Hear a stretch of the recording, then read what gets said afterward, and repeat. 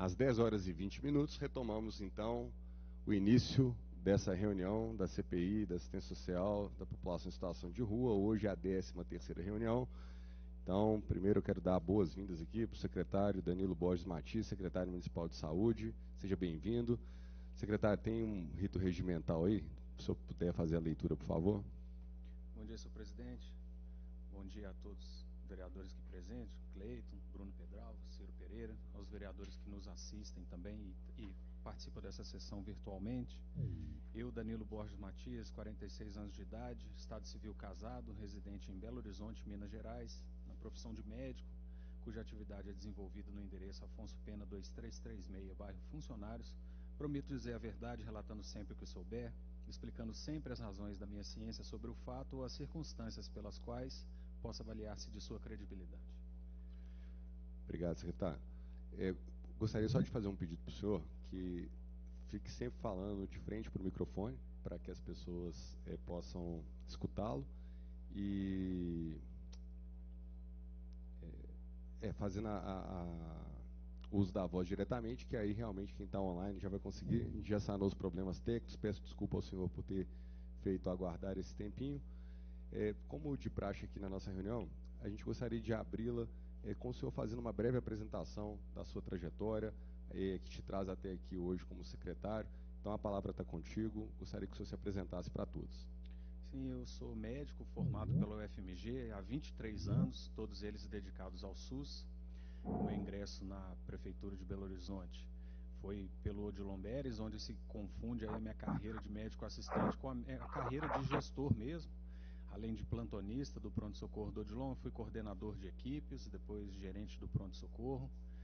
Na gestão do ex-prefeito Alexandre Calil, fui convidado pelo Dr. Jackson para assumir a superintendência do Hospital Odilon Beres, função que eu exerci por quase 6 anos, sendo convidado então pelo nosso prefeito Fuad Noman para assumir a diretoria executiva do Hospital Metropolitano do Dr. Célio de Castro, onde fiquei praticamente 1 ano, e há 6 meses estando à frente da pasta da Secretaria Municipal de Saúde. Minha formação profissional, eu tenho residência em cirurgia geral, tenho residência em cirurgia do trauma, em urologia, tenho 2 pós-graduações em gestão de serviços hospitalares e serviços de saúde e um mestrado em gestão de serviços de saúde.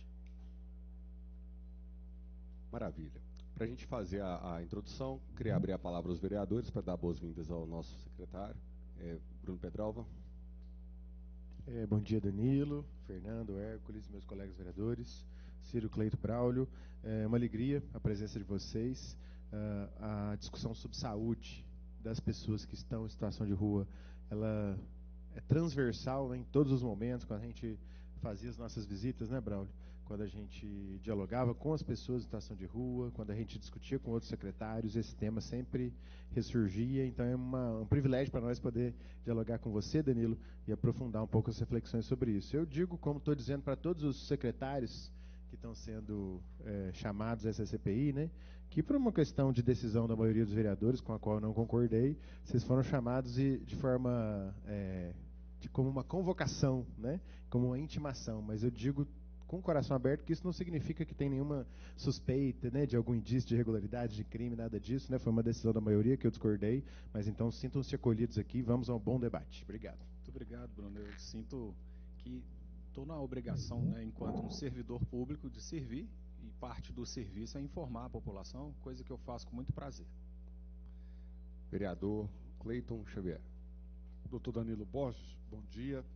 Seja bem-vindo aqui, né, na Câmara Municipal. Cumprimentar também os advogados que vêm acompanhando o senhor, doutor Hércules, doutor Fernando.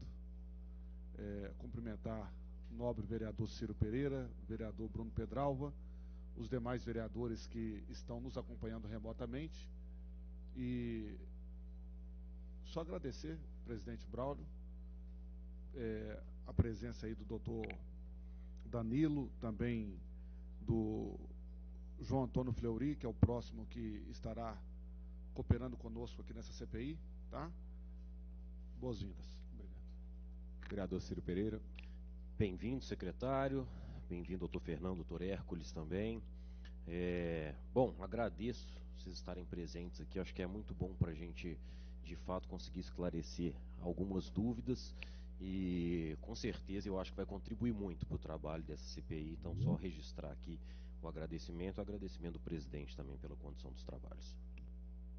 Obrigado, vereador Ciro Pereira. Vereadores online, caso queiram fazer alguma manifestação, só indicar, por favor, aqui para mim no chat. Bem, secretário, o senhor trouxe uma apresentação, né? O senhor falou que em 10 minutinhos, então Sim. o senhor tem 10 minutinhos para fazer sua apresentação. Obrigado. Certo. A gente pediu a permissão para fazer essa apresentação, senhor presidente, porque a saúde, né, o SUS de Belo Horizonte, uma secretaria, ela está organizada numa estrutura muito robusta, muito complexa, grandiosa, de várias áreas. Então, para que fique um pouco mais didático, a gente está trazendo aqui um zoom, né, no tema, na temática abordada por essa comissão. É importante a gente estabelecer os princípios, né, que regem o atendimento ao SUS, sem prejuízo às suas diretrizes, o princípio da universalidade do acesso, a integralidade do cuidado e a equidade nas ações de saúde, especialmente no que tange a população em situação de rua. A equidade é o que pauta as nossas ações, os nossos planejamentos, as nossas execuções. A equidade é tratar diferentemente aqueles que têm necessidades específicas, diferentes. A gente poderia usar uma alegoria seguinte: se a gente estivesse assistindo um jogo de futebol ou um show e diante de nós tivesse um alambrado, pessoas da minha estatura, da estatura do senhor, provavelmente não precisariam de subir em nenhum anteparo para poder enxergar bem, mas uma pessoa de uma estatura mais baixa precisaria aí de um tablado.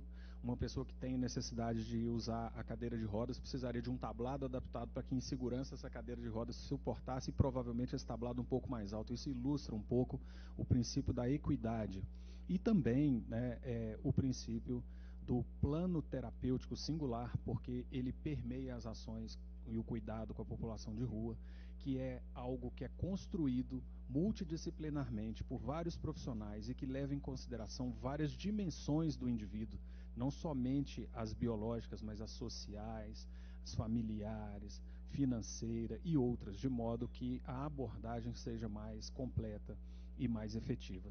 Esses números que estão aqui são os números, alguns dos números com os quais a gente trabalha, né? O último censo do IBGE,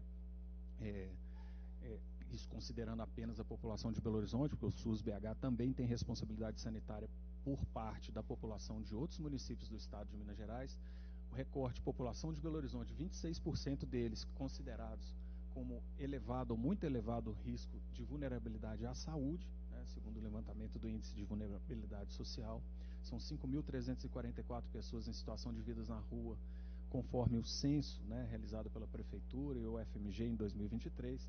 E até a última avaliação, né, BH conta com 100% de cobertura da atenção básica, atenção primária, e a gente traz essa informação porque ela é muito relevante nos próximos slides que a gente vai apresentar. Pode passar, por gentileza. A gente traz inicialmente algumas, destacadamente, ações que fazemos intersetorialmente no que tange ao cuidado com a população em situação de vida nas ruas.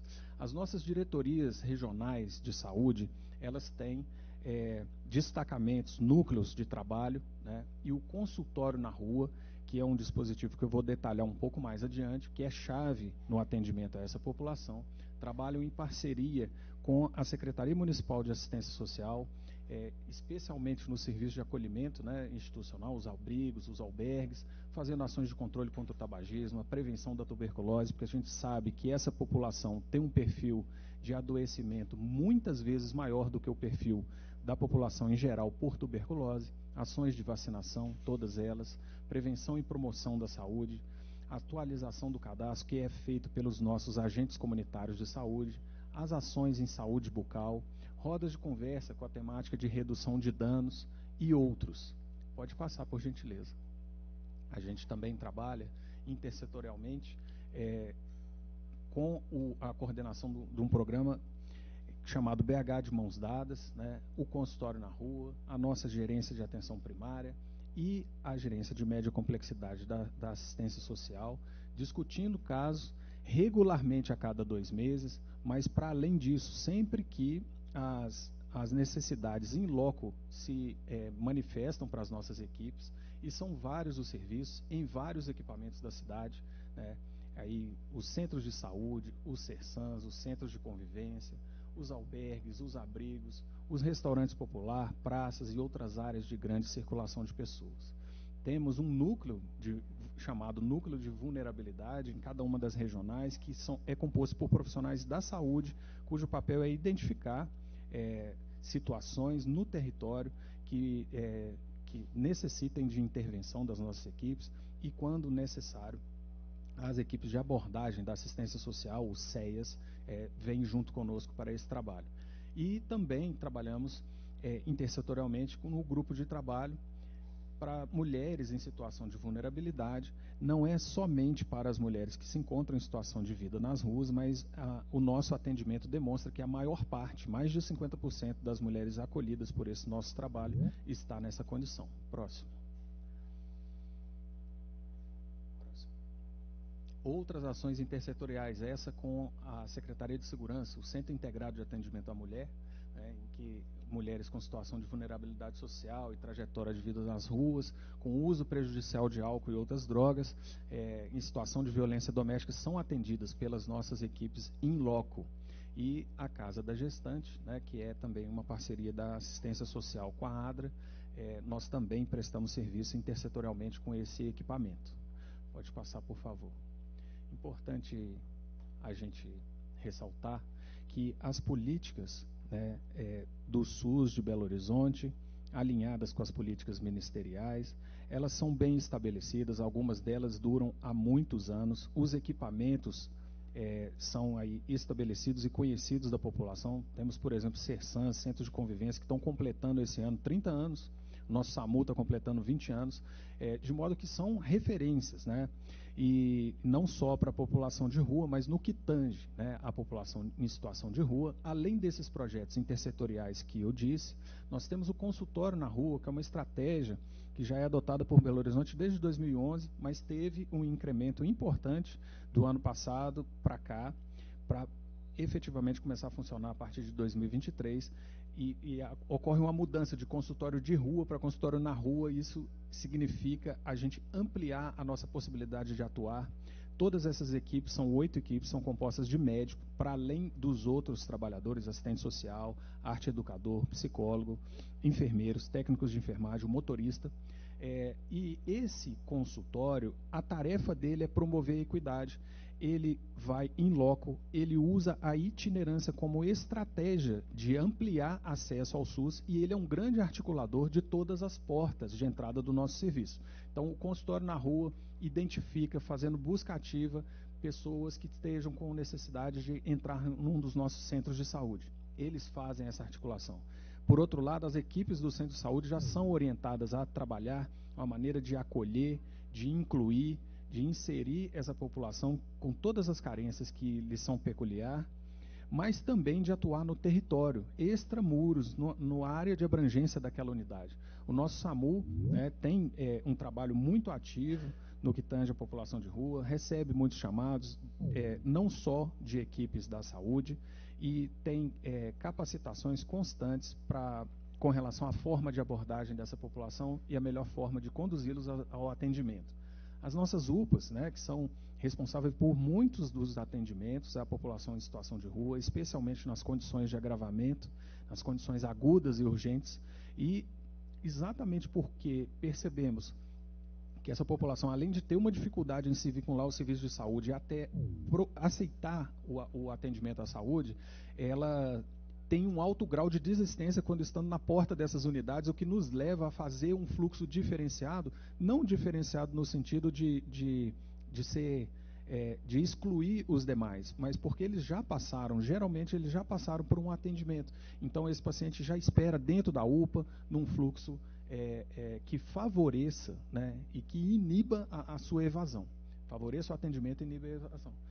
Nós temos os CERSANs, né, os CERSANs e os CERSANs dedicados às pessoas com uso prejudicial de álcool e outras drogas, o CERSAN MI, que atende os adolescentes e as crianças, que também são portas, né, de entrada dessas pessoas em situação de rua para o nosso sistema. Além das urgências hospitalares, nós temos leitos exclusivos em hospital da nossa rede própria, mas todos os hospitais que são contratualizados conosco têm a orientação de receber os pacientes em situação de rua em nossa rede. Pode passar, por favor? Já estou caminhando para o final, senhor presidente.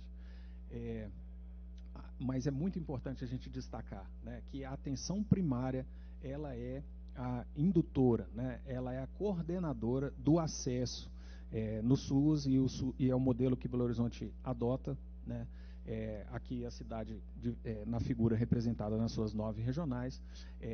Para a população em situação de rua, a estratégia é que ela seja conduzida pela batuta da atenção primária. E a atenção primária no SUS e também no que abrange a população em situação de rua é baseada na estratégia de saúde da família, no acolhimento, para que esse primeiro contato do usuário ele já permita vinculação, a longitudinalidade no cuidado, que permite você fazer um acompanhamento e ter melhores informações sobre progresso ou retrocesso nas ações de saúde que estão sendo dedicadas àquele sujeito.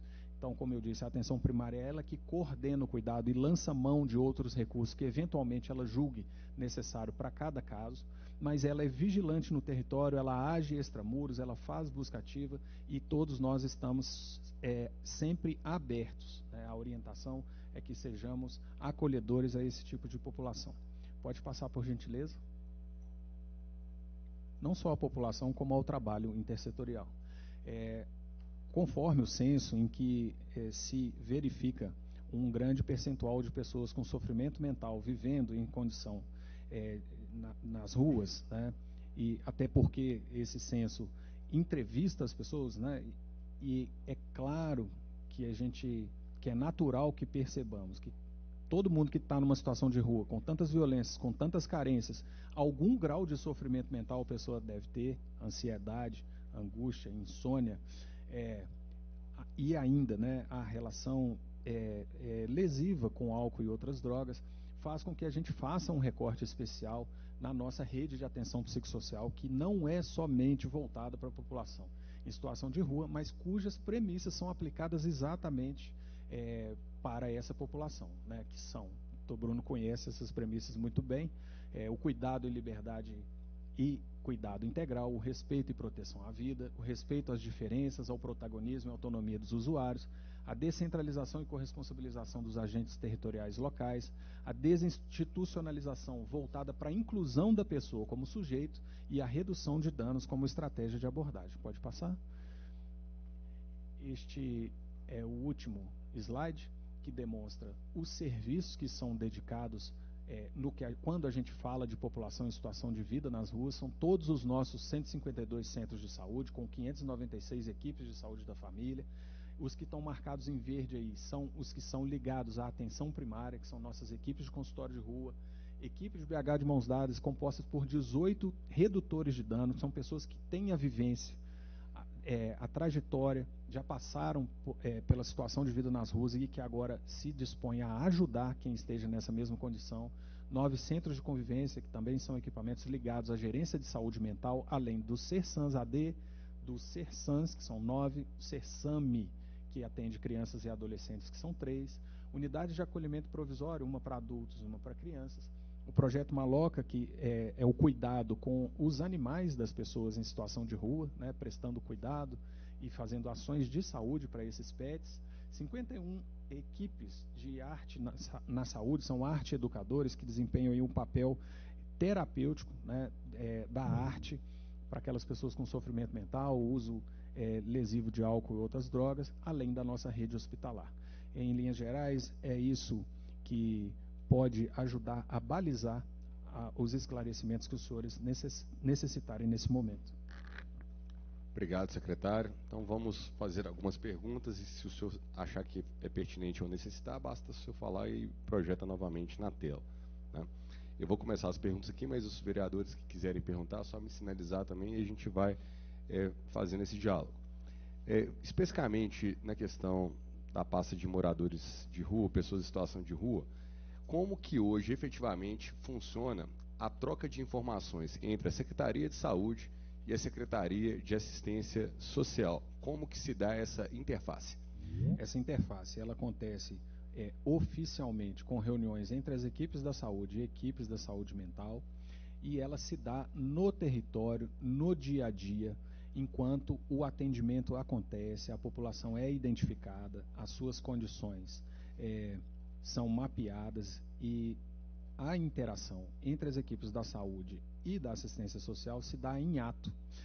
Além disso, depois de levado para um dos nossos equipamentos que eu coloquei naquela figura, a gente tem uma atuação do nosso serviço social que também entra em ação, procurando equipamentos da assistência social, procurando a melhor forma de encaminhar os usuários. Então, eu posso resumir para o senhor dizendo que essa interação se dá em vários níveis e sem prejuízo do nível central, vamos dizer assim, que é a minha interação pessoal com a secretária Rosilene, no caso da assistência social. Secretário, nos postos de saúde, nos centros de saúde, é viável ter uma unidade, uma sala da assistência social para dar apoio a essa população que chega aos serviços públicos por meio dos centros de saúde? Presidente, respondendo à sua pergunta puramente sobre viabilidade, acreditamos que sim. Agora, se o senhor me permite extrapolar um pouco a interpretação dessa pergunta, eu diria que não seria necessário, na minha opinião, pelo que a gente acompanha.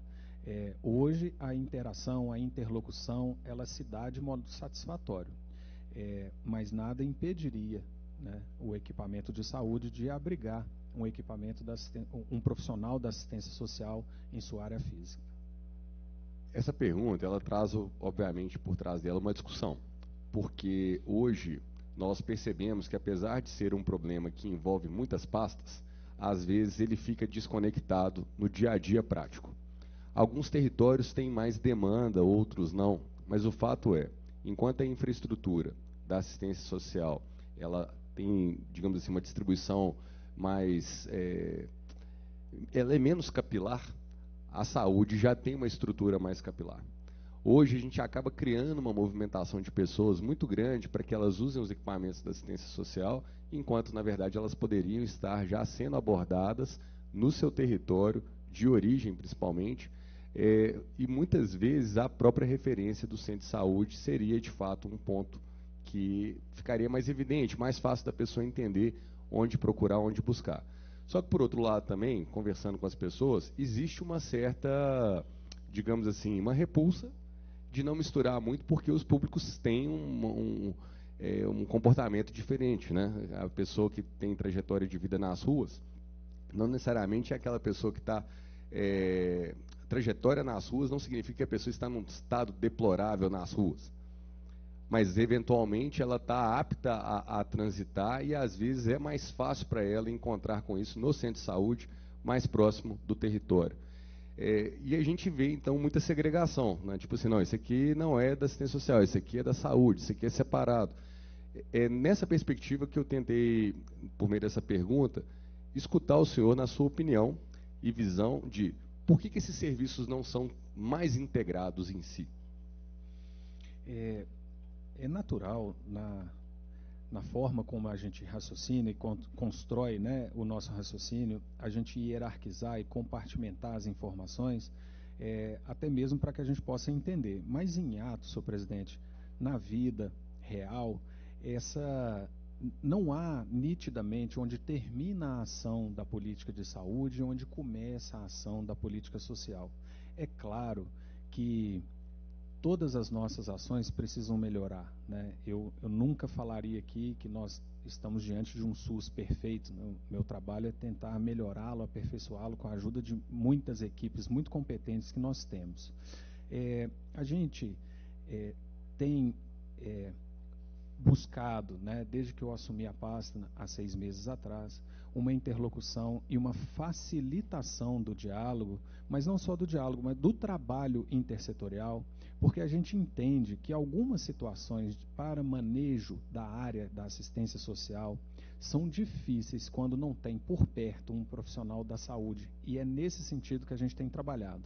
Assim como, para os profissionais da saúde, algumas situações mais difíceis, quando não podem contar com a ação efetiva direta dos profissionais da assistência social. Então, a orientação que temos dado, eu e a secretária de assistência social, é que nossas equipes trabalhem conjuntamente a partir do nosso exemplo. Eu e ela trabalhando conjuntamente e influenciando todos os demais, para que fique mais fácil a compreensão de que não existe uma clivagem entre onde acaba a saúde e começa a assistência social, no caso de a gente querer fazer a diferença para melhor nas pessoas em situação de vida na rua. Vereador Bruno Pedral. Só complementar, se o secretário me permite, Braulio, todos os nossos centros de saúde, dos 152, né, Danilo, eles têm equipes de saúde da família, que são compostas pelo médico, enfermeiro, técnicos de enfermagem e agentes comunitários de saúde. Mas tem também equipes multiprofissionais, que são, antigamente chamava de equipe do NASF, hoje chama de equipe do EMULT, né? Que tem categorias como o assistente social, o fisioterapeuta, o nutricionista. Só que não existe uma composição padrão, sabe? Não é todos os centros de saúde têm todas essas categorias. É uma questão que a Secretaria de Saúde avalia o perfil de cada território. Então, assim, não sei se o secretário... Mas nesse caso, Bruno, o assistente social está vinculado à Secretaria Municipal de Saúde ou à Secretaria Municipal de Assistência Social? Ele está vinculado à Secretaria Municipal de Saúde, Braulio. Ele é um profissional da equipe de saúde dentro do equipamento de saúde. Então, por exemplo, na maioria dos nossos centros de saúde, né, que tem um alto risco social, você tem o assistente social disponível. Até estou tentando investigar aqui para ver se eu consigo achar o dado, né? Acho que é uma coisa fácil, né? O pessoal que lida com RH deve saber informar para a gente rapidamente, mas eu acredito, eu diria que provavelmente dos 152 centros de saúde, pelo menos uns 120, 130 devem ter um assistente social lá em loco, né? 20 ou 40 horas, dependendo do risco social daquela unidade. Além disso, as 9 UPAs contam com um assistente social e as UPAs têm sim um assistente social, uma salinha do assistente social que, salvo engano, funciona, né, pelo exemplo da minha UPA, no período diurno, plantão diurno. Infelizmente, noturno não tem. Mas o Braulio, assim, eu como médico, é minha obrigação, se eu atendo uma pessoa em situação de rua, que seja de noite num plantão noturno ou no centro de saúde, que não tem eventualmente um assistente social, se eu preciso do assistente social, da equipe da SMASAC, se eu preciso falar com a equipe, né, de abordagem de rua, ou com a equipe especializada lá da assistência social, é minha obrigação passar a mão no telefone e ligar para a pessoa, né? Porque não é uma exclusividade do assistente social fazer apoiar socialmente uma pessoa em situação de rua ou qualquer outro usuário que está em situação de vulnerabilidade da unidade de saúde, né? Geralmente um enfermeiro, que é um profissional que faz mais, né, assim como próprio da profissão, essa articulação, ele faz muito isso no dia a dia, independente da questão do assistente social em si, né? Vereador Bruno, com todo respeito, obviamente, à classe médica, mas eu vejo que dentro dos desafios do dia a dia de um posto lotado, filas, né, a chance, às vezes, dessa integração ser preterida é muito grande. É muito grande. Eu diria, secretário, que hoje o cidadão comum de Belo Horizonte, ele tem dificuldade de saber o que fazer quando ele vê uma determinada cena de pessoas que estão na situação de rua. Quero dizer, vamos supor, você está vendo, tem uma pessoa largada no passeio, toda suja, passando mal. O cidadão não tem certeza de qual é o melhor procedimento. Às vezes ele pode optar por ligar para o SAMU. E aí o 192 vai lá, e aí de repente, qual que é o protocolo, né? Porque o agente de uma unidade de emergência, ele não está ali preparado para abordar, de fato, com a técnica que a assistência social tem. Ele está muito mais no tipo, emergência mesmo, né? A unidade já está pensando no próximo que ele tem que resgatar e tudo, e não, às vezes, de uma situação de acolhimento. Então, uma unidade de saúde foi lá, mas você não conseguiu criar a interface. Você não criou o relatório, você não integrou, porque às vezes a própria informação de uma pessoa que passou pelo centro de saúde não está sendo compartilhada com a assistência social e vice-versa. Uma pessoa que hoje entra numa unidade de saúde e tem trajetória de rua, eu tenho certeza que se vocês batem no sistema prontuário, não vai aparecer informação nenhuma do que está acontecendo. Como que o senhor enxerga essa necessidade, ou melhor, essa melhoria que poderia ser colocada dentro do sistema na nossa cidade, para que o profissional de saúde percebesse naquela pessoa que já está em atendimento, às vezes por outros equipamentos de assistência social, de entender qual que é o encaminhamento dele, qual que é a trajetória, quem é aquela pessoa que está sendo atendida ali. É possível integrar mais? Presidente, sempre é possível integrar mais, né? Como eu mencionei para o senhor, acho que a gente já avançou muito, mas sempre cabe melhorar mais. Nós estamos trabalhando na implantação de um sistema informatizado que integra todos os equipamentos da saúde, esses equipamentos que eu mostrei no slide que resume ali, de modo que a gente pode extrair relatórios e disponibilizar, né, tanto para a Secretaria de Assistência Social quanto para quem quer que seja, a gente de direito. A gente está concluindo, né, no começo de 2024, essa implantação em todas as unidades da cidade. Mas, para além disso, é porque a gente tem uma sensação, olhando de fora, de que as equipes não conversam entre si, e essa conversa acontece no território. Os casos das pessoas, eles são discutidos, eles são acompanhados. Vou usar para o senhor as palavras que eu ouvi de uma pessoa que está muito atuante no consultório de rua. Ela fala que a produção do cuidado para essa população ela é quase artesanal e ela é não ortodoxa no sentido que a gente conhece no treinamento corriqueiro da saúde, né, formal do atendimento em saúde. São paradigmas, inclusive, que a gente tem que quebrar dentro das nossas próprias equipes. Às vezes os horários de atendimento ou a forma de acompanhamento, ela está simplesmente focada naquele usuário, na melhoria da situação daquela pessoa. E isso é diferente. Então, só para dar um exemplo para os senhores de como que é a abrangência, ou pode ser vista a abrangência da atuação, por exemplo, de uma equipe como o consultório de rua, que tem assistentes sociais em sua composição. Uma pessoa, uma mulher em situação de vida nas ruas, abordada pelo consultório na rua, foi orientada a ela, depois de muitas perguntas, de uma abordagem que se criou vínculo, cresceu confiança, proximidade. A equipe do consultório na rua descobriu que ela tinha direito a um benefício. Essa pessoa que não tinha nada, da noite para o dia, descobriu que tinha 15 mil reais em conta, e a equipe do consultório na rua foi até procurar imóvel para essa pessoa, né, junto com as equipes da assistência social, comprar mobiliário, eletrodoméstico, ajudá-la a procurar um emprego, uma ocupação. Então, essa é uma interlocução muito grande, na minha opinião, e que suplanta até mesmo as informações constantes no sistema. Mas eu posso dizer para o senhor com tranquilidade que nós estamos trabalhando no sentido de melhorar a integração, né? Não só com a assistência social, é porque aqui o recorte é a população em situação de rua, mas com todas as secretarias. E o detalhe, secretário, que nesse aspecto, por exemplo, né, de enxergar a trajetória, hoje um cidadão comum, quando ele vai ao posto de saúde, vocês no sistema conseguem entender toda a trajetória dele dentro do Sistema Único de Saúde? Você sabe por onde ele passou, quais foram as especialidades, isso já se enxerga, ok? Sim. Um fato que acontece e é corriqueiro, obviamente, é que dependendo do endereço da pessoa, né, de residência, ela vai ser atendida por um centro ou outro. Então não é tão flexível assim, eu não posso entrar em qualquer centro de saúde. O centro de saúde me limita ao território onde eu resido, Sim. certo? O caso da população em situação de rua bate exatamente nesse ponto. Como que funciona, de fato, uma pessoa que não tem ainda, de fato, o endereço para se vincular, usar o serviço de saúde?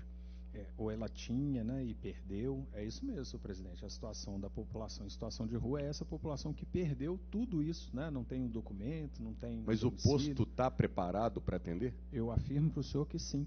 E ele consegue enxergar a trajetória dessa pessoa dentro dos equipamentos? A pessoa se identifica, a pessoa fala quem ela é. Se ela, na verdade, ainda não tivesse sido recebida pelo sistema e for a primeira vez, como é o caso, por exemplo, de um migrante que acabou de chegar de uma cidade do interior e chegou a Belo Horizonte, como que isso funciona? Ou, na verdade, são entraves na vida dessa pessoa? Então, Hoje ela não tem um sistema que ela possa verificar isso, mas ela faz essa busca de informações em contato, como o doutor Bruno Pedrova falou, em contato telefônico com os equipamentos da assistência social. Olha, estou aqui com o fulano, ele se identifica com esse nome social. Já tem alguma passagem por algum dos seus equipamentos? Essa comunicação existe. Então, não é um sistema informatizado de gestão, mas é um sistema de comunicação. Com relação ao migrante, realmente não vai ter sistema, né? A gente quer entender se existe dificuldade. Por quê? Um dos questionamentos que a gente está trazendo é justamente se, de fato, as unidades de saúde, que estão muito mais capilares dentro da estrutura do território da cidade, se elas não, de fato, têm mais condição de, em parceria com a Secretaria de Assistência Social, de ir fazendo esses movimentos. Porque senão acontece um outro efeito, que é concentrar todo mundo numa parte só do território. Então, hoje a gente vê, por exemplo, a região Centro-Sul é a que mais sofre com a situação, problema relativo às pessoas que estão vivendo nas ruas. Mas por que às vezes está acontecendo? Porque os próprios equipamentos vão fazer com que esse movimento seja impulsionado ou motivado, digamos assim. É mais fácil você, de fato, ter esse atendimento nessa região da cidade do que distribuído, por exemplo, em todas as regiões. Então, vamos supor, uma pessoa que está migrando de Santa Luzia para Belo Horizonte, ela pode estar fazendo isso na borda da cidade, na região limítrofe. Então, é quase que uma circulação entre bairros, né, digamos assim, que já são vizinhos, mas isso muda tudo. Porque ela poderia estar no centro de saúde de Santa Luzia e na hora que ela pulou para o lado de cá, ela foi atendida ali, por exemplo, no Zilá Expósito, por exemplo. Uhum. Então, assim, vai tendo interface. E a gente precisa de entender, se ela é uma pessoa que está numa situação de vulnerabilidade, por que não já fazer esse atendimento onde, de fato, ela acessou o sistema como um todo, do que vir, por exemplo, parar aqui na região Centro-Sul, que é onde estão os centros POP, onde estão os abrigos, a maior parte deles e tal, e assim sucessivamente. Então, essa é a questão. Por que não essa integração acontecer de forma mais latente dentro da própria estrutura do centro de saúde? O senhor iniciou a sua pergunta perguntando se tem problema, né? Tem, é muito complexo, é muito difícil mesmo.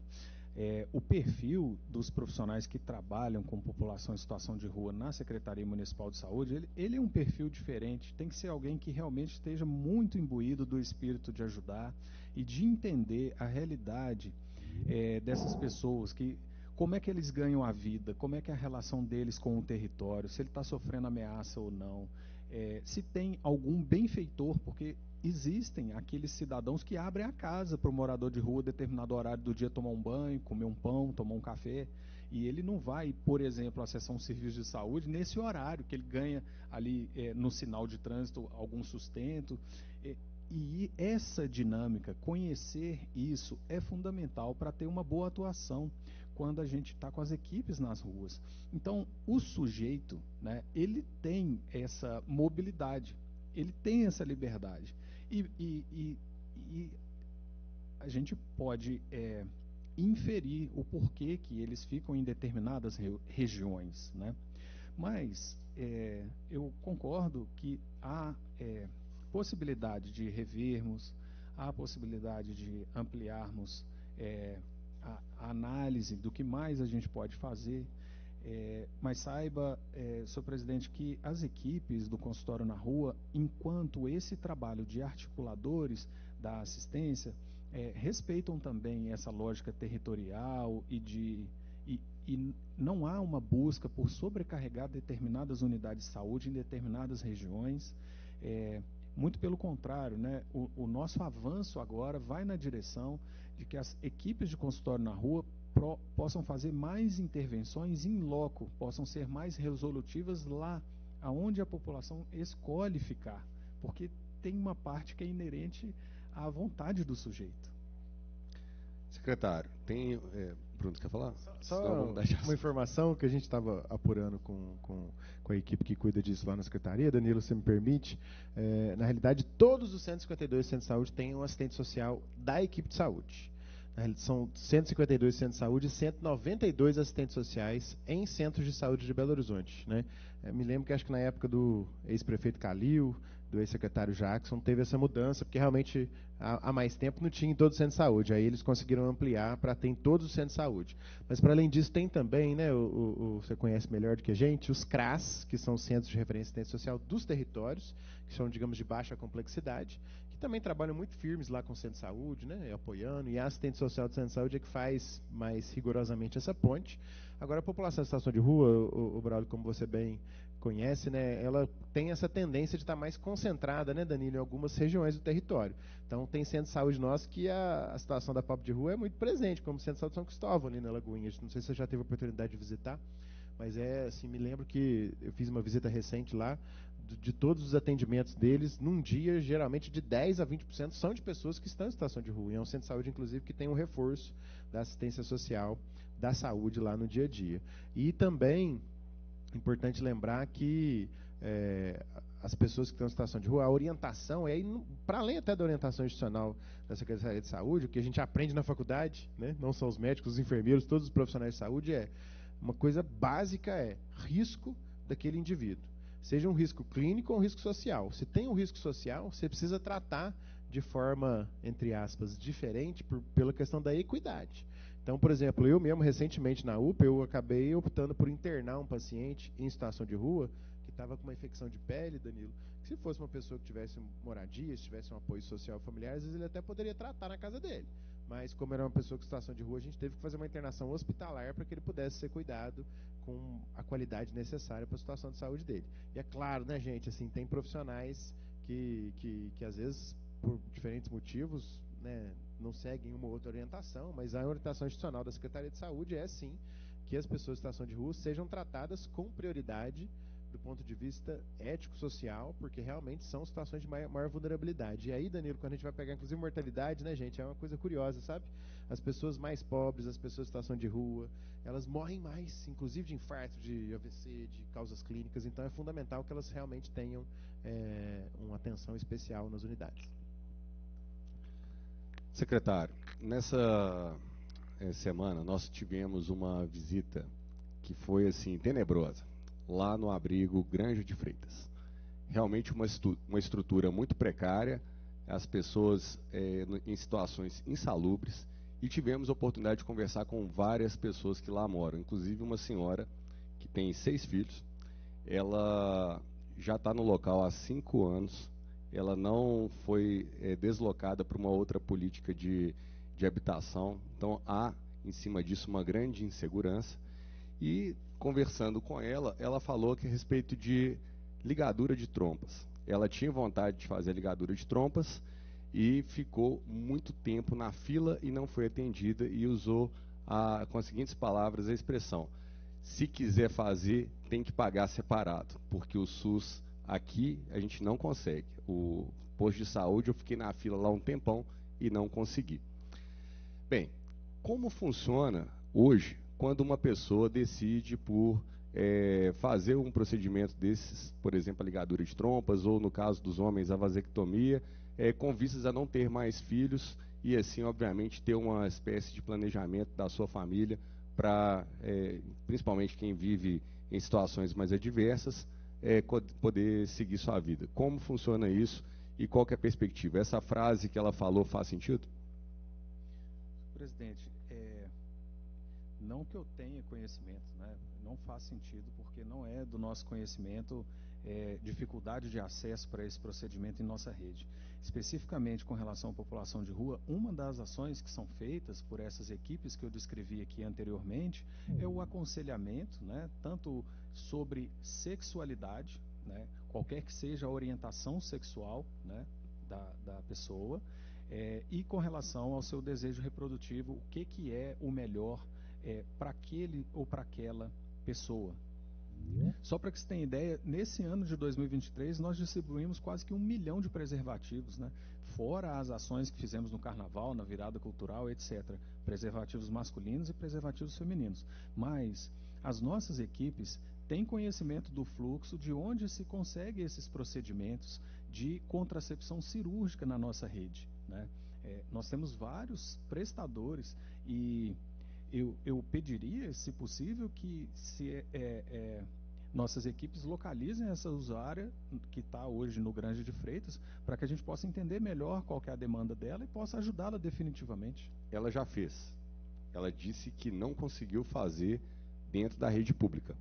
Então, o questionamento que a gente está trazendo, até porque é um assunto complicado, e principalmente uma vez que o assistente social já foi, entrevistou, viu que aquela pessoa ali de fato não tem condição de continuar trazendo tantas pessoas ao mundo e continuando numa situação de vulnerabilidade social absurda.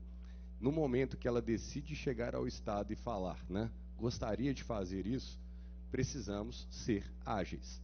E essa agilidade parece não se confirmar no dia a dia prático. Existe fila de pessoas atrás desse tipo de procedimento cirúrgico?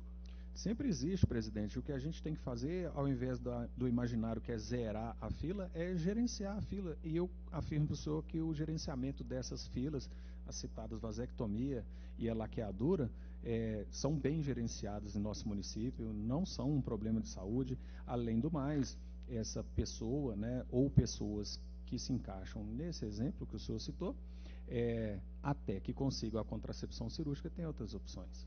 De qualquer forma, no caso, falando dentro da perspectiva de pessoas em situação de rua, a indicação vindo da assistência social gera um tipo de tratamento diferenciado dentro dessa lista de prioridade? Com certeza. Okay. E as nossas equipes são orientadas a dar esse tratamento, e a Secretaria Municipal de Saúde está atenta quando esse procedimento, né, esse jeito de abordar ainda apresenta falhas. Ok, entendo ser um ponto importante. Vamos trocar agora para a questão dos CERSANs. O senhor já tocou no início da sua fala, dentro da apresentação, mas os CERSANs são os centros de referência de saúde mental, né? E, em linhas gerais, são equipamentos também que acabam apoiando muito esse tipo de perfil de pessoas que estão, inclusive, em situação de rua. Qual que é a avaliação hoje do senhor com relação à oferta desses serviços versus o tamanho da população e a população em situação de rua e a população que está chegando de fato para ser atendida no CERSAN? Eu reverencio o trabalho que é feito por esses equipamentos, e a equipe sabe, né, que eu estou falando com propriedade, porque eu conheço o trabalho, conheço as pessoas. Temos a felicidade de termos hoje um gerente de saúde mental que é um médico reconhecido na rede, não só pelos profissionais, mas pelos usuários, os quais muitos deles ele já prestou assistência direta ou ainda presta, em alguns casos. A gente entende, né, nossos CERSANs como capazes de fazer frente à demanda que é crescente, e temos projeto para ampliar esse acesso a essas pessoas, porque estamos bastante preocupados com as tendências de adoecimento mental da nossa população, não somente SUS dependente, mas a população em geral. Eu vou passar aqui um vídeo, só para a gente compor também. Eu gostaria que na sequência a gente fosse falando deste tema. Só um momentinho. Braulio, só um pequeno detalhe, essa questão, eu vou até citar um depoimento pessoal, que recentemente eu fiz a minha vasectomia pelo SUS, né, procurei meu centro de saúde, fui orientado e... Não estou em situação de rua, mas eu digo que assim, nesse caso, tanto a vasectomia quanto a salpingotripsia, né, conhecida aí como laqueadura tubária, é uma situação muito boa porque não tem fila. Na realidade, a marcação, naturalmente, às vezes não é de urgência, né? Então eu não chego lá no hospital e vou fazer na hora, mas praticamente não tem fila. Então a espera média de 8 dias entre a entrada, né, do pedido para a laqueadura e a realização do procedimento, que é algo até compreensível, né? Quebrou.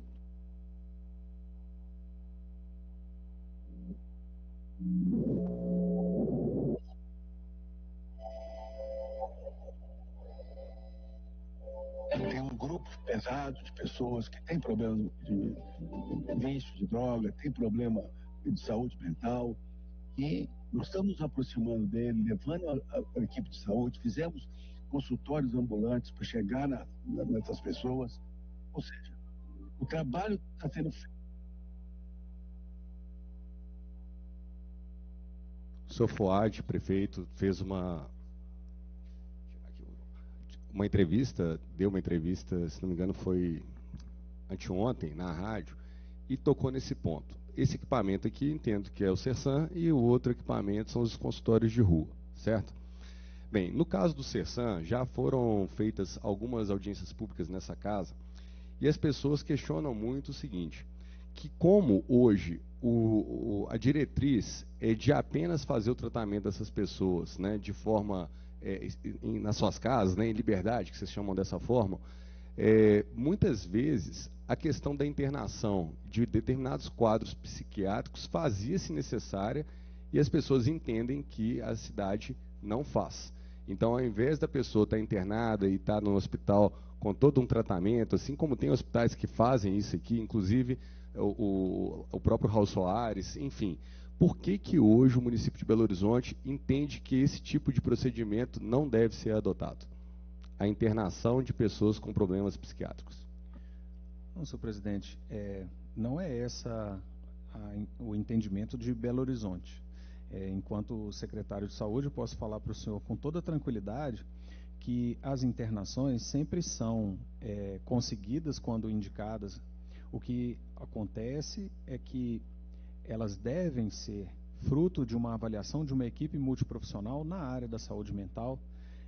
Quando é dito assim, as pessoas entendem que tinha que ficar internado, a gente não consegue entender se já passou pelo crivo de um profissional da área da saúde mental, porque passando pelo crivo de um profissional da área da saúde mental, quando a pessoa tem risco para si ou para a sociedade, ela fica sim na condição de internada. Nós temos alguns leitos na cidade específicos para a população em sofrimento mental, e temos equipamentos transitórios para fazer o que a gente chama de downsizing, ou seja, redução do nível de complexidade, saindo do que é um hospital, indo para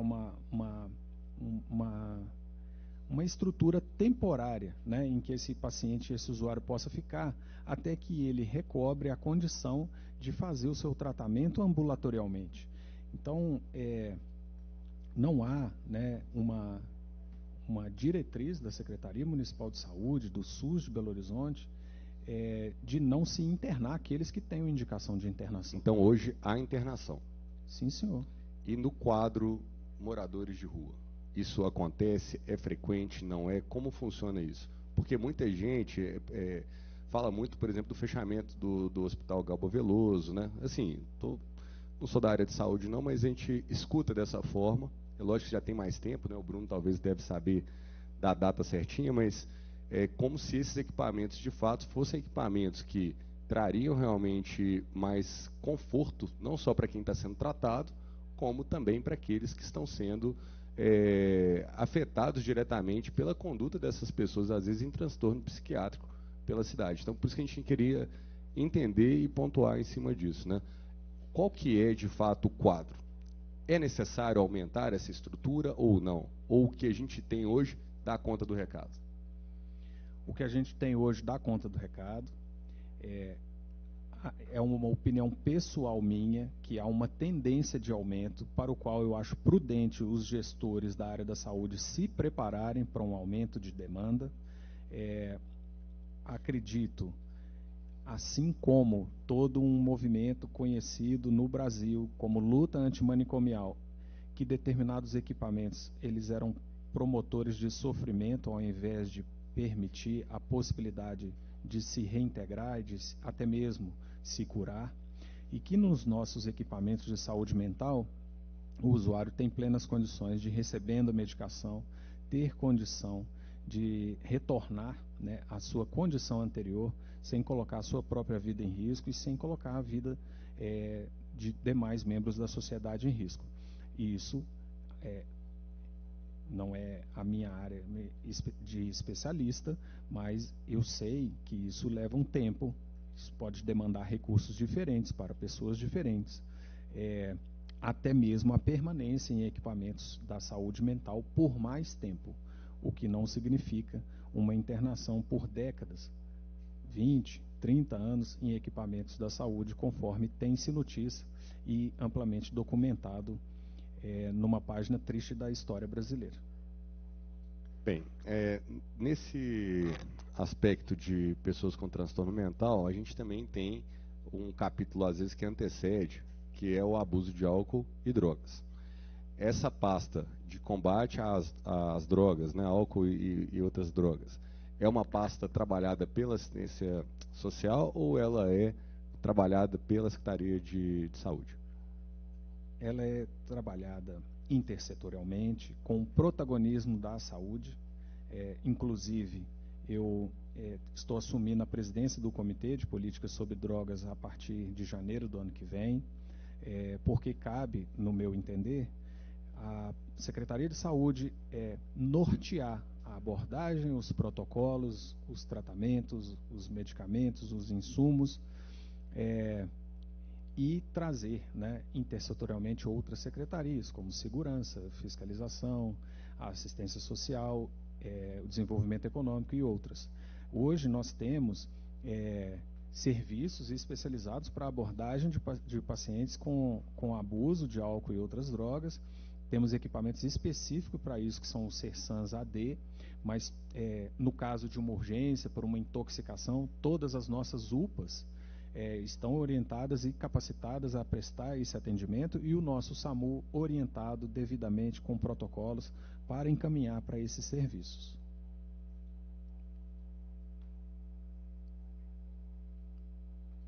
Vou projetar aqui um outro vídeo, um outro trecho da mesma entrevista. Vamos tentar de novo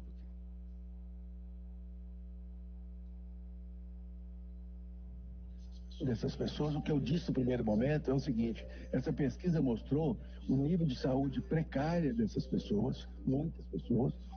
Nós podemos não tirar todo mundo da rua, mas com certeza não tratar todo mundo que está na rua. 32% de gente, pessoas com problema dentário, tuberculose, mães com crianças recém-nascidas sem atendimento, tudo.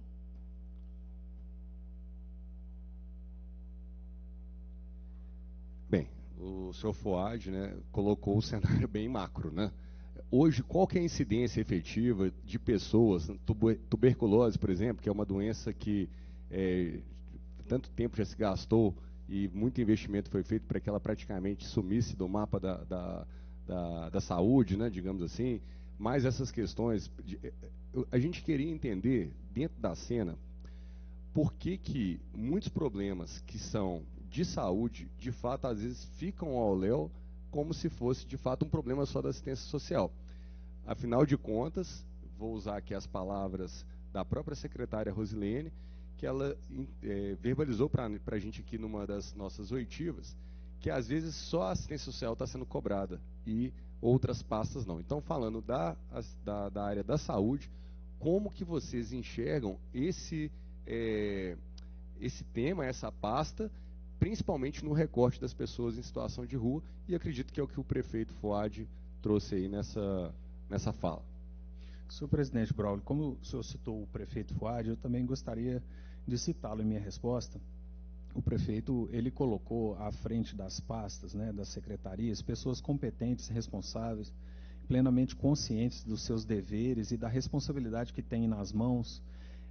E ele não só orienta, inclusive a fala dele na minha posse foi concitando a todos os presentes, mas com alcance àqueles que não estavam ali, a que trabalhássemos nos amparando, nos ajudando e colaborando. Mas ele não só orienta, como ele instiga e cobra ações que façamos intersetorialmente, com virtudes e uma capacidade que é atribuível aos grandes líderes. Muito orgulho de trabalhar com ele. O prefeito demonstrou nessa entrevista que o senhor mostrou um grande conhecimento da realidade daquelas pessoas que estão na condição de rua. São pessoas que estão privadas de alimentos, muitas vezes privadas de hidratação adequada, pessoas privadas do acesso aos serviços de saúde, seja porque sofreram violências várias, seja porque a condição que eles estão nas ruas foi ocasionada pelo abuso ou pelo uso nocivo de álcool e outras drogas, ou porque ele passou a usar álcool e outras drogas para tentar tolerar, anestesiar, entre aspas, a vida dura que ele enfrenta ali, furto de seus pertences, ameaças. São pessoas que têm muitas privações e passam por muito sofrimento, e isso é natural que aconteça baixa imunidade, dificuldade de acesso a melhores nutrientes, dificuldade de momentos de descanso e de refazimento adequados, e às vezes essas pessoas padecem mesmo, né, de problemas de saúde em uma incidência ou numa velocidade de progressão mais alta do que na população em geral, né? A gente observa que a incidência de tuberculose nessa população é várias vezes maior do que na população em geral.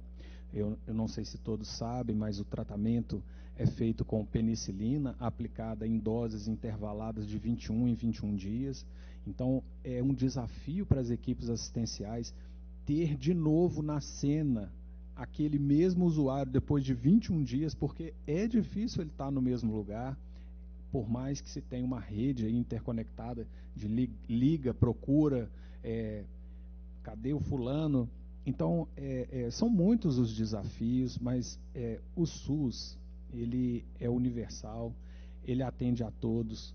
A gente está aqui pronto para amparar, para acolher, para tratar, para dar os melhores cuidados a todos aqueles que batem a nossa porta, que são trazidos à nossa porta, qualquer que seja a origem dele, a trajetória dele. As nossas equipes não julgam, as nossas equipes atuam sobre a realidade que estão se deparando. Vereador Cleiton Xavier. Doutor Danilo, inicialmente eu vou fazer duas perguntas.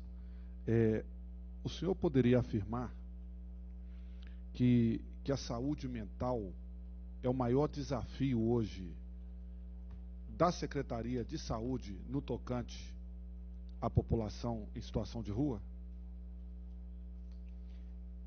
Vereador Cleiton Xavier, se não for o maior, é um dos maiores. Emendando nessa pergunta, existe algum estudo dentro da Secretaria de Saúde que aponte quais são os problemas de saúde mais recorrentes nessa população? Sim, nós temos mapeado, né, os CIDs, né, que são os diagnósticos, né, a classificação internacional de doenças. A gente tem os atendimentos mapeados pelos CIDs mais frequentes, número de atendimentos, de modo a estabelecer muito claramente o que são as patologias que mais acometem a nossa população. Eu não tenho esses números aqui em mãos para passar para o senhor, mas com prazer, ao ser demandado pelo senhor, a gente pode produzir esse material para informá-lo. Ok. Mais uma pergunta. Como titular da pasta da saúde hoje no município de Belo Horizonte, o senhor vê uma escassez de incentivo federal para as ações locais para tratamento da população em situação de rua? A sua pergunta é tão importante que eu queria te pedir licença para extrapolar para a população em geral, porque se aplica também à população de rua. Pois não. O que a gente observa, vereador, ao longo dos anos, com uma tendência de melhora nos últimos momentos, mas ao longo dos anos, uma tendência, né, de uma manutenção de financiamento pelo governo federal e pelo governo estadual linear, fixa, que não acompanha nem só a demanda, que é crescente, como também não acompanha a inflação, que é de amplo conhecimento, que na parte de materiais e medicamentos usados em saúde, ela é crescente. Então, nos últimos anos, o que a gente observa é que recai para o município, não só Belo Horizonte, os municípios, o ônus de equilibrar essa conta quando nem governo federal, nem governo estadual fazem essa correção, essa progressão, tanto quanto à demanda quanto aos custos. Então, o que a gente tem são financiamentos por parte do governo federal e do governo estadual de parte dos programas. E cabe ao município financiar o que falta. O problema é que o que falta nos últimos tempos é crescente para o município. Então, é preocupante para que a gente possa, de verdade, ter serviços que sejam equilibrados, porque o SUS não é para dar lucro, é para equilibrar o quanto que custa com o tanto que gasta-se, né? Com o tanto que recebe-se. Para equilibrar, precisaria melhorar e mudar a forma de financiamento, na minha opinião. Doutor Danilo, eu como estou presidente da Comissão de Orçamento da Câmara Municipal de Belo Horizonte, eu queria perguntar ao senhor se porventura o senhor tem conhecimento do quanto se gasta dentro do orçamento da saúde hoje, especificamente para o tratamento, ou quanto custaria,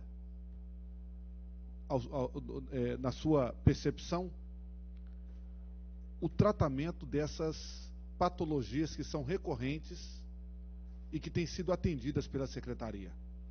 O senhor tem ideia do quanto se gasta através da Secretaria de Saúde para o tratamento especificamente de morador em situação de rua? Vereador, tem uma complicação para a gente ter esse dado preciso por causa daquele slide que eu apresentei de que a nossa população ela pode ser atendida tanto no centro de saúde, tanto na UPA, tanto no SAMU, quanto no hospital, quanto no CERSAM. Então, essa variabilidade faz com que a gente não consiga pôr um marcador, né? A dipirona que a Secretaria Municipal de Saúde compra, ela atende o morador de rua e todos os demais.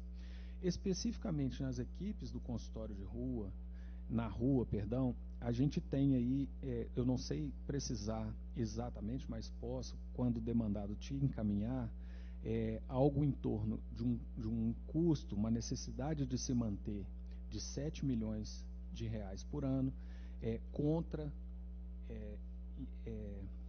receitas oriundas do governo federal e do estado, algo em torno de 3 milhões e meio. Em suma, importante, só para o senhor ter a ordem de grandeza, metade do que a gente gasta, a gente recebe como financiamento de instâncias estadual e federal no tocante específico aos consultórios na rua. Doutor Danilo, a gente percebe desde a eleição de 2022, que elegeu o presidente Luiz Inácio Lula da Silva, um trabalho militante feito pelo prefeito Fuad Noman para a vitória do então atual presidente Luiz Inácio Lula da Silva.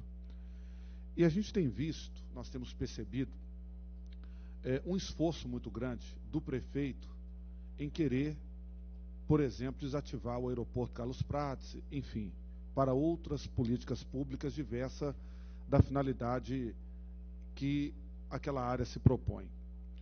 O senhor se recorda de algum esforço do prefeito desde que ele assumiu a prefeitura no enfrentamento a essa temática, a essa problemática, a esse fenômeno que é a população em situação de rua no tocante à saúde? Alguma reunião o senhor participou? O senhor foi convidado pelo prefeito em algum momento a ir até o governo federal para fomentar alguma política ou algum convênio, alguma parceria ou algum pedido de investimento financeiro para tratar esse problema que a gente percebe que é crônico em Belo Horizonte? Porque há pesquisas que apontam mais de 5 mil moradores em situação de rua em Belo Horizonte hoje, e há pesquisas que apontam até um número muito maior que esse. Então, pergunto, o senhor sabe de alguma ação do prefeito, ou foi convidado em algum momento para ir a Brasília para buscar investimento na área da saúde para tratar essa população? Vereador, eu estive em Brasília, no Ministério da Saúde, numa agenda de captação de recursos, como falado anteriormente, né, não há porquê se estar diante de um secretário diretamente ligado à ministra da Saúde para pedir um dinheiro específico para a população em situação de rua. Então eu estive lá numa agenda em que pedi milhões de reais em recursos para a saúde de Belo Horizonte. Essa agenda foi solicitada pelo nosso prefeito para que eu fizesse, né, e tive inclusive a anuência dele para que pudesse me deslocar para lá, porque as atividades aqui são muito intensas, e nós pedimos, né, recursos para os hospitais, para os equipamentos de saúde mental, que é o CERSAM, o consultório na rua e outros, para a atenção primária, para a atenção secundária, para a telesaúde, né, que é uma frente de trabalho aí que eu acho que é muito importante a prefeitura desenvolver, porque ela é capaz de ampliar acesso, para projetos que facilitem e agilizem o atendimento nas nossas UPAs, no modo a diminuir, né, aquelas esperas nos nossos serviços de urgência, e felizmente fomos exitosos em vários desses pleitos levados por mim e a secretária adjunta da Saúde nessa agenda em Brasília, e outras agendas que foram feitas com a vinda do secretário de Atenção à Saúde aqui, a BH, ao nosso gabinete lá da Secretaria Municipal de Saúde. Já participei, sim, de 2 reuniões de secretariado, em que não somente eu, mas com a condução do prefeito, todos os secretários de Belo Horizonte foram chamados a atuar intersetorialmente em vários assuntos, especialmente no que tange a pergunta do senhor com relação à região da Lagoinha. E essas 2 reuniões que o senhor declara ter participado, em algum momento elas tratou especificamente do tema morador em situação de rua, ou foi de forma ampla a questão dos financiamentos e das parcerias do governo federal para aplicação em Belo Horizonte, no município de Belo Horizonte? Uma dessas reuniões, vereador, ela tratou, dentre vários assuntos que eram importantes ter o alinhamento entre os secretários, ela tratou da população em situação de rua na Lagoinha, na situação da necessidade de atuarmos na limpeza daquela região, na revitalização daquela região, na possibilidade de levar obras, né, e empreendimentos para a região. Foi sim externado como uma preocupação do prefeito Fuad. Para terminar e passar aqui a palavra para o presidente, uma outra coisa que eu queria mencionar com o senhor aqui e também te perguntar é o seguinte: existe 2 UPAs em Belo Horizonte em que nós temos recebido, eu enquanto relator dessa CPI, alguns e-mails colaborando com o trabalho da CPI, e eu pude perceber o seguinte: são 2 UPAs que foram levantadas no e-mail, que seria, e eu fui conferir de perto, a UPA Venda Nova e a UPA Centro-Sul, dando conta de um grande número de pessoas em situação de rua aos arredores da UPA e no interior dos espaços da UPA. E eu pude perceber na UPA Venda Nova alguns moradores em situação de rua deitados na recepção, não aguardando atendimento. Já que o senhor disse que há um trabalho de articulação intersetorial no Executivo, o que se conversa sobre esse ponto específico de ter um grande número de moradores em situação de rua dormindo nas recepções das UPAs Venda Nova e Centro-Sul? A gente está ciente desse fato que o senhor narrou, a gente confirma a existência dele, e especificamente no que tange a essa abordagem, houve uma conversa minha com o secretário de Segurança, Genilson, que por sua vez acessou, né, a Secretaria de Assistência Social no sentido de como as 3 secretarias podem atuar para mudar essa realidade, que infelizmente não acontece só nessas 2 UPAs que o senhor citou. Obrigado. Secretário, só a última pergunta aqui para a gente já encaminhar para a finalização, até por avançar da hora. Esse ponto da questão de uso de álcool e drogas, abuso de álcool e drogas, pessoas que estão totalmente dependentes e às vezes, maior parte do tempo, inclusive fora de si próprias, é uma realidade que a gente vê em ambientes muito degradados. Inclusive a gente vê ali muito próximo do Centro de Saúde de São Cristóvão, que está ali próximo da Pedreira Prado Lopes, do lado da Lagoinha, próximo do complexo de viadutos, e tem sido sempre um ponto de muita queixa das pessoas. E conforme o senhor bem disse, a pasta de álcool e drogas, né, está dentro da saúde, então é uma matéria que o senhor aí que vai provavelmente liderar. Como que o senhor entende a questão da internação compulsória dessas pessoas para tratamento de dependência química dessas substâncias, e como que o senhor avalia a possibilidade do uso de comunidades terapêuticas que têm trabalhos muito exitosos e que são feitos em vários momentos, obviamente, em equipamentos que estão fora do município de Belo Horizonte, fora do território, mas que, assistidas, obviamente, por entidades de renome e de grande êxito nessas ações, que poderiam estar sendo também acionadas para realmente dar conta aí de cuidar dessas pessoas que se encontram nessa condição. Qual que é a visão do senhor perante a pasta da saúde? Senhor presidente, é importante demais a sua pergunta, porque um dos papéis dessa comissão é esclarecer e informar a população, e eu acho que é importante a gente começar a resposta esclarecendo que acontece com frequência a confusão, a interpretação enganada de uma condição de internação chamada como compulsória enganadamente. Me explico. Existem 3 condições de internação no campo da saúde mental, no tocante ao uso de álcool e outras drogas. A internação voluntária, que há o consentimento do usuário.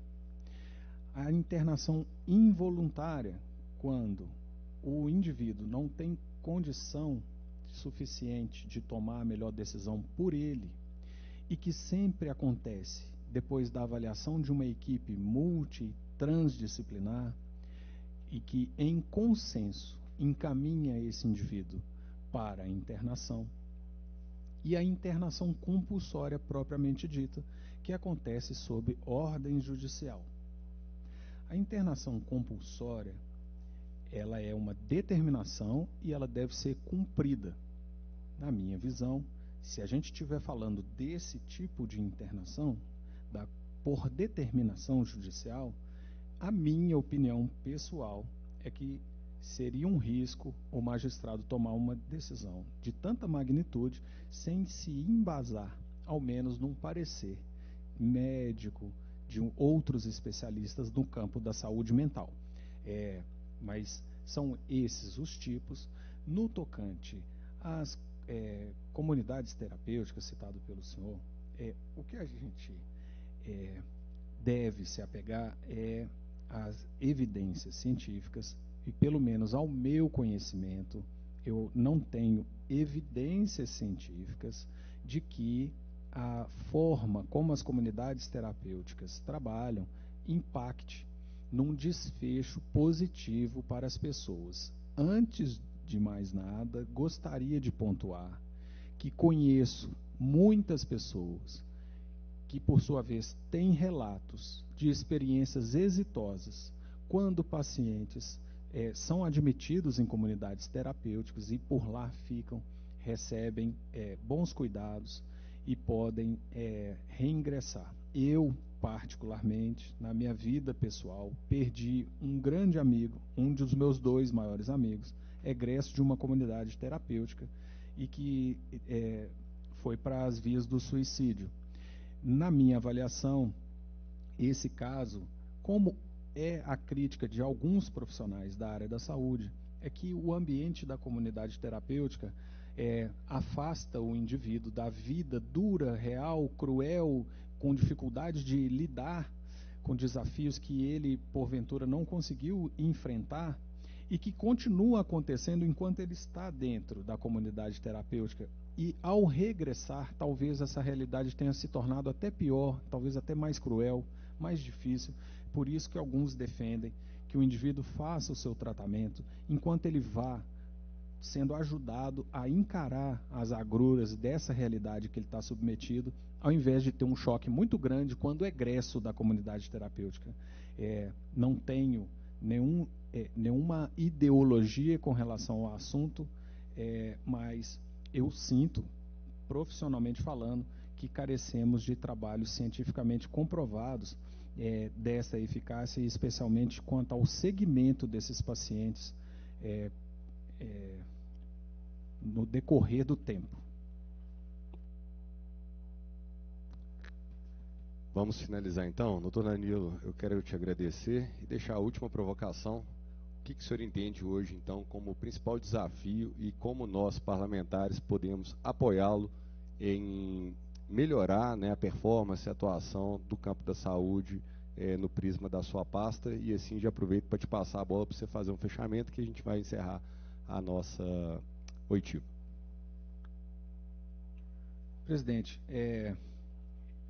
eu agradeço muito a oportunidade de estar aqui e louvo o trabalho dessa comissão, porque é um tema, né, que é muito caro à população de Belo Horizonte, e todos nós, né, temos interesse, e agora, no meu caso, a responsabilidade de atuar sobre isso, né? Sobre nós pesa a história que você fez quando teve a oportunidade de fazer a diferença para melhor na vida de alguém. Isso não só no que tange a população em situação de vida nas ruas. Então, louvar o trabalho, dizer que cada vez mais pessoas entenderem a complexidade, a profundidade, a dificuldade de lidar com essas situações, tende a nos tornar mais solidários, mais propositivos ao debate, mais próximos, mais humildes, por que não dizer, porque se fosse fácil já tinha sido feito.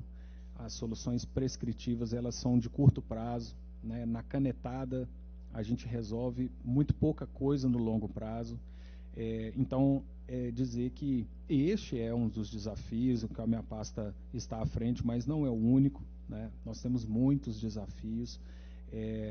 Acho que já foi mencionado aqui ao longo dessa CPI a questão do orçamento, do financiamento para a área da saúde, a demanda que é crescente, né?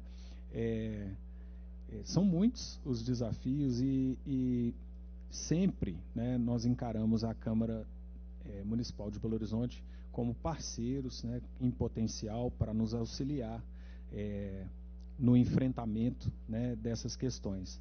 Não sei se terei a oportunidade de voltar ao microfone, então eu gostaria muito de agradecer profundamente as nossas equipes da Secretaria Municipal de Saúde. Eu estou aqui hoje enquanto representante da pasta, mas conosco tem uma gama de trabalhadores e trabalhadoras que fazem da sua vida uma vida de dedicação ao SUS, ao outro, ao bem-estar do próximo, em especial aos amigos que estão nos ajudando no grupo, todo o grupo gestor da Secretaria, são incansáveis frente aos problemas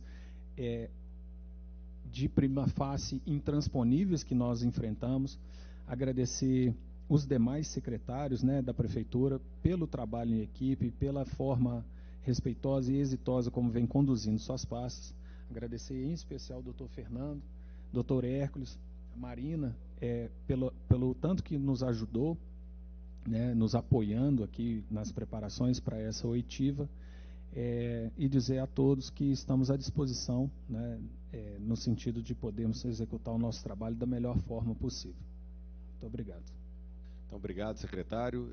Agradeço a presença do senhor em nome de todos os vereadores dessa CPI. Às 11h43, eu suspendo essa reunião por 5 minutos. Obrigado.